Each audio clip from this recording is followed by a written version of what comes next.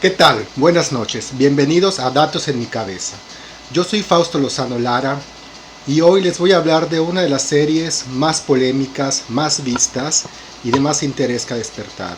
Todavía en diciembre del 2021 nos despedíamos de la serie en español más vista en Netflix y me refiero a La Casa de Papel, que después de 3 temporadas que en realidad en mi juicio sobraban, yo me hubiera quedado con las 2 primeras, que es realmente la historia original, que después la adquiere Netflix, y esto hace que pues se vuelva una serie de culto, de mucho interés, y la explotan hasta donde no más pueden, ¿no?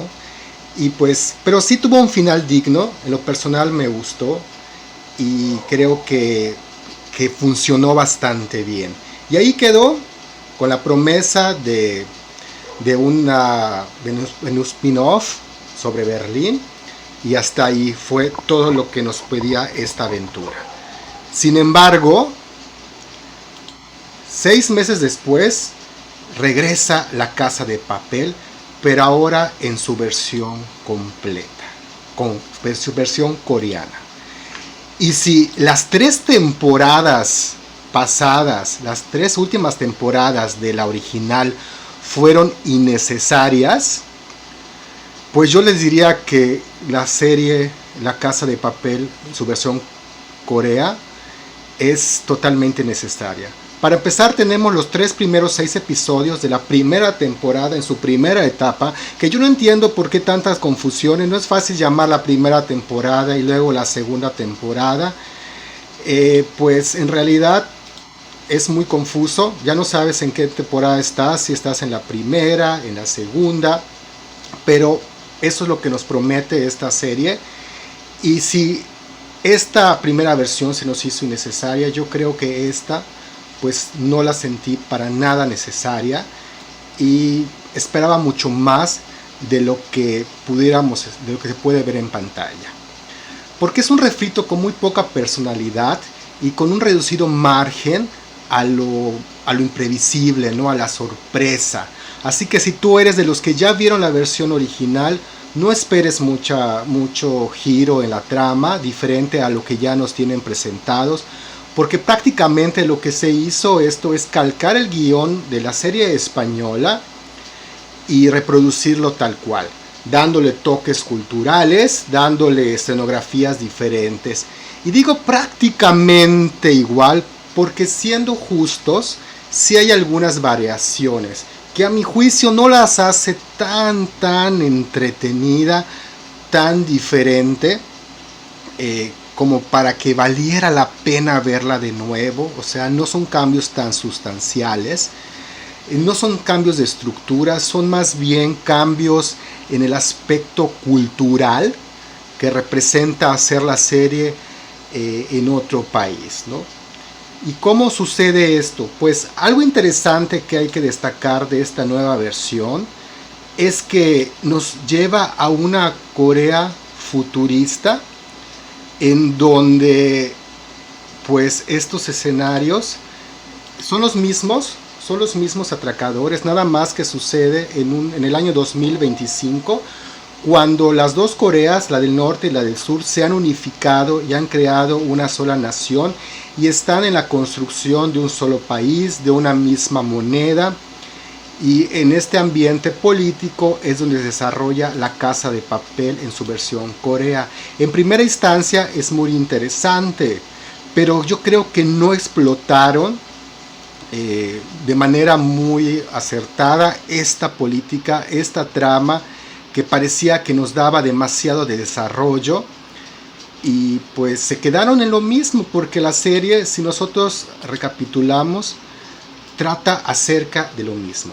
Es el profesor quien reúne a un grupo de delincuentes para hacer un atraco a la casa de moneda de la Corea unificada, en este caso, para robarse 40 millones de wones, ¿no?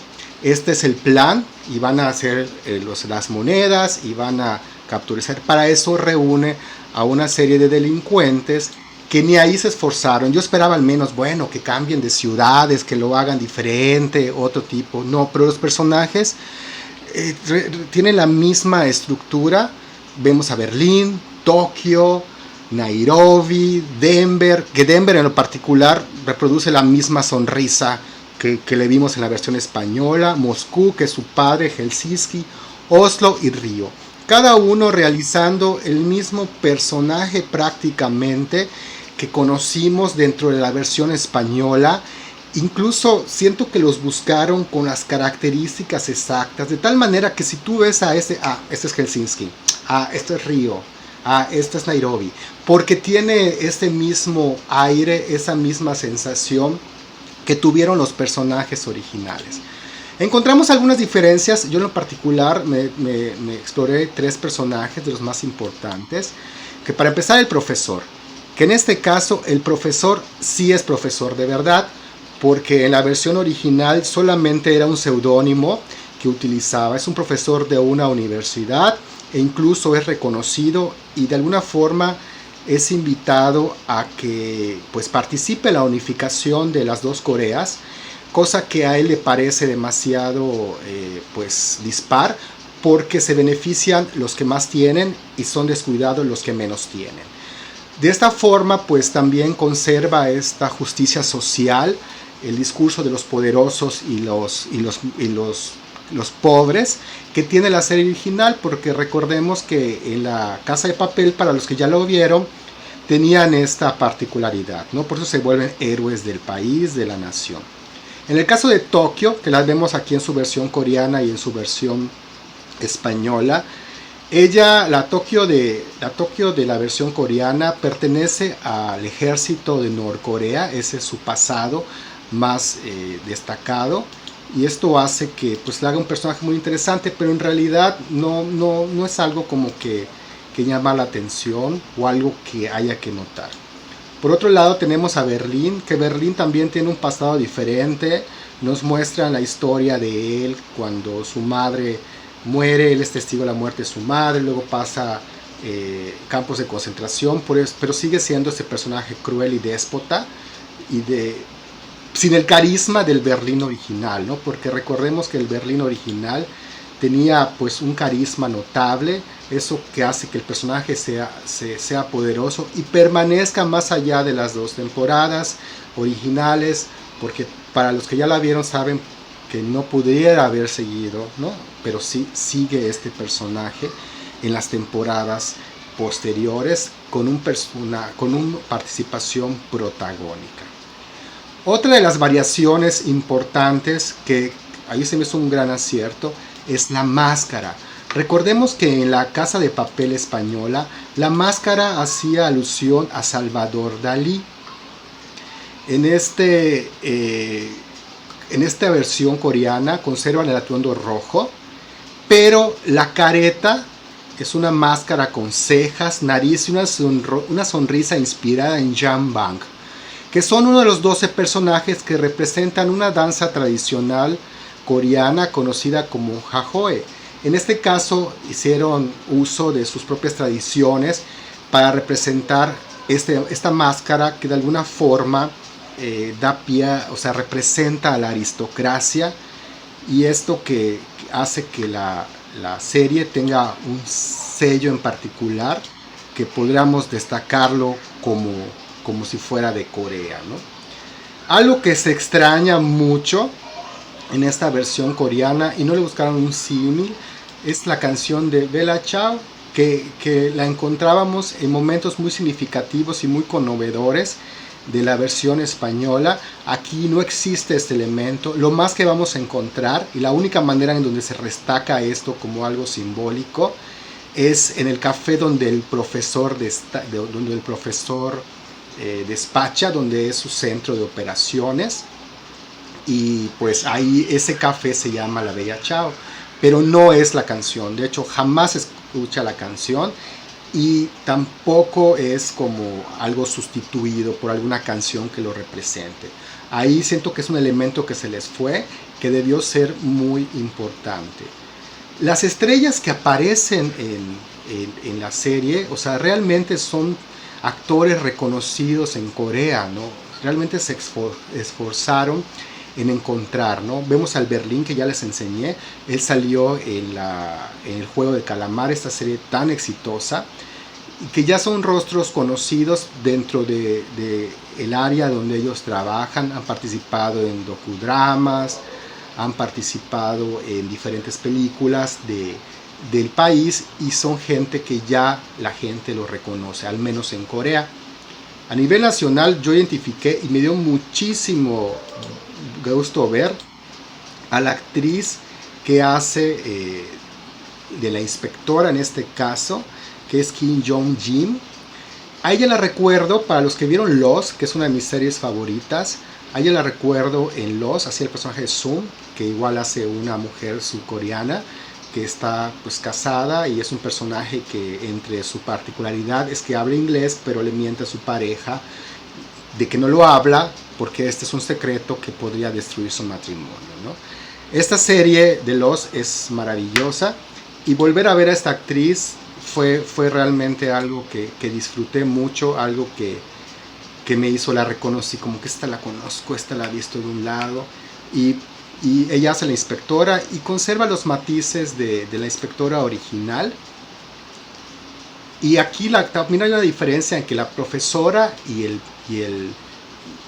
la inspectora y el profesor se conocen 2 meses antes, o sea, el plan ya empieza 2 meses antes, que es una diferencia fundamental porque en la serie española la profesora, la inspectora y el profesor se conocen durante el atraco, ¿no? Que aquí le da creo que un poco más de sustancia, un poco más de fundamento, aunque también hay un poco más de azar en el que se atina, pero bueno, ya sabemos que la serie es fortuita y que los giros se basan mucho en las coincidencias que creen que va a pasar y que al final suceden como lo predijo el profesor, y esto es lo que le da ese tono. Tampoco noté a este actor como el profesor, este personaje enigmático pero al mismo tiempo sombrío.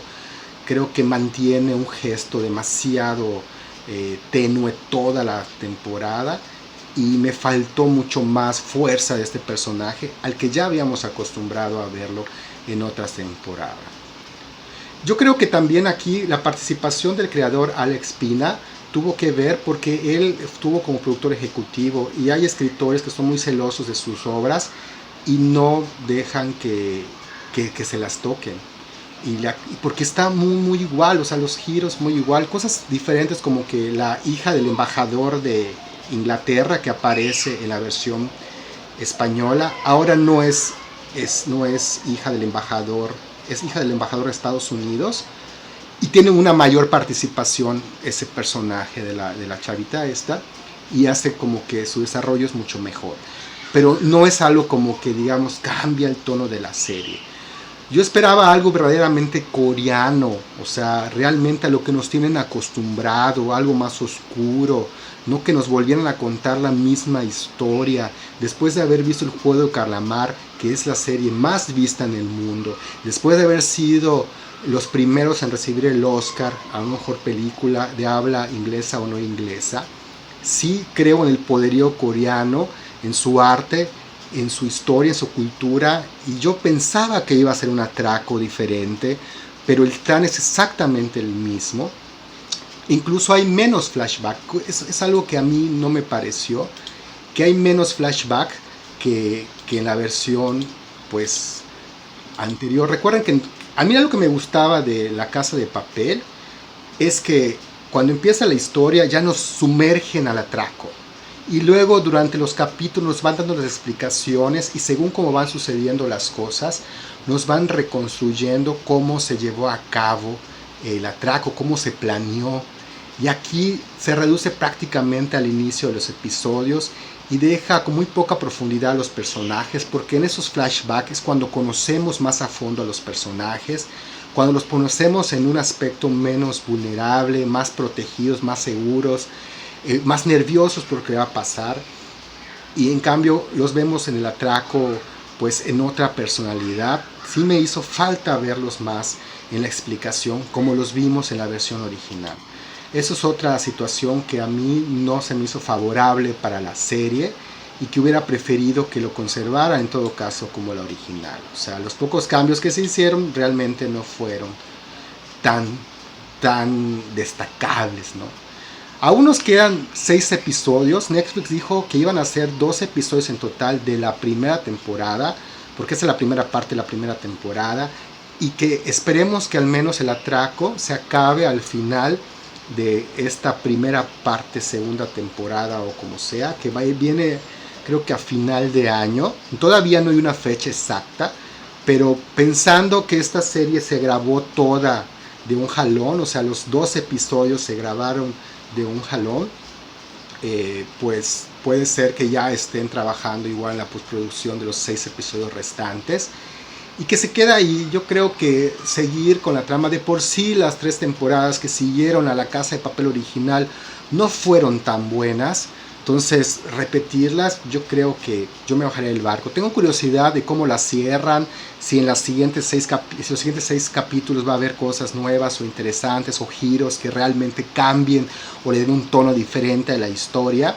que lo involucren más con política. Ahí parece que va a haber una conexión con la política que no estaba en la versión original, y eso podría ser, o que realmente le den ese uso a lo que significa el contexto social, político, económico de la unión de las 2 Coreas, para darle un matiz mucho más interesante, porque aquí sí nos dejaron con ganas de más, de emociones. Realmente yo me acuerdo cuando vi la versión original, era sorpresa tras sorpresa, giro tras giro, y queriendo más, y aquí no pasó lo mismo. Entonces, pues esperemos a ver qué sucede con esos 2 capítulos. Si tú ya la viste, la primera versión, no esperes muchos cambios, vela porque te gustó la trama. Si no la has visto, realmente no sabría decirte cuál es mejor, porque ya tengo yo la referencia de la española. Pero lo que sí es que en lo técnico, en lo visual, todo eso, los coreanos no defraudan. Incluso hay situaciones que son mejores técnicamente hablando que la versión original. Ahí sí podemos hablar de una superación en cuanto a lo que hicieron los españoles. Y pues esto es lo que podría destacar, sobre todo la manera en cómo realizaron la serie, ¿no? En fin, pues espero que nos den más sobre las 6 capítulos que vienen. Y ahora, ¿tú qué piensas? Dime tu opinión. ¿Te gustó? ¿No te gustó? Si no la has visto, ¿te gustaría verla? Coméntame. Mi nombre es Fausto Lozano Lara. Esto es Datos en mi cabeza. Y síguenos en nuestras redes. En Cataros Producciones. Estamos en YouTube, Facebook. Y en mi personal estoy en Instagram y en Twitter. Síganme ahí. Voy a estar subiendo comentarios. Yo les agradezco su participación. Saludos desde Ciudad Juárez a Ángel. Y gracias por el comentario. Sí, pues excelente contenido. Y pues ahí seguiremos viendo series. Espero que sea de su agrado esos comentarios.